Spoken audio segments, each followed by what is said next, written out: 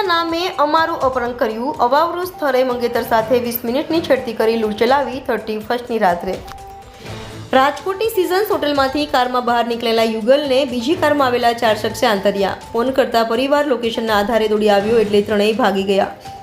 પોલીસના નામે કોઈ બોગસ વ્યક્તિઓ ધમકાવે તો ડીસીપીને રૂબરૂ મળી શકે છે। જગદીશ બાંગરવા। શંકાસ્પદ પોલીસ પકડે તો આઈડી કાર્ડ માંગો અને શંકા જાય તો પોલીસ અધિકારીને મળો। બોગસ પોલીસના નામે કોઈ તોડ કરવા આવે તો તાત્કાલિક પોલીસ સ્ટેશનમાં મળો તેવી રાજકોટવાસીઓને અપીલ કરતા ડીસીપી ઝોન 2 રિપોર્ટર ભરત ભરડવા સાથે લાખાભાઈ મેત્રા, ઇન્ડિયા 24 ન્યૂઝ, રાજકોટ।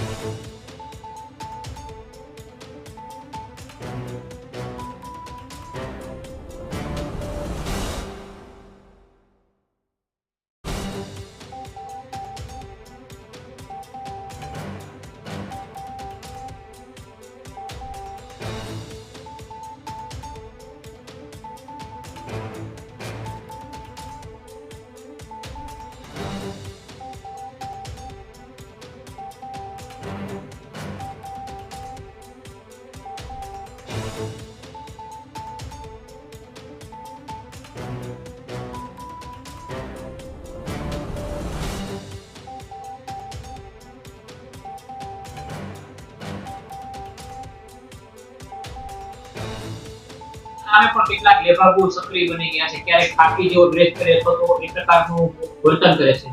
હાલમાં રાજકોટમાં મારા ધ્યાનમાં અમુક બનાવો આવ્યા છે જેમાં અમુક આરોપીઓએ અપરાધીઓએ આમ માણસોને પોલીસની ખોટી ઓળખ આપી એમને ધમકાવ્યા હતા અને એમના પાસેથી પૈસા પડાવ્યા અથવા એમના પાસેથી કોઈ ગેરકાયદેસર માંગણી કરી।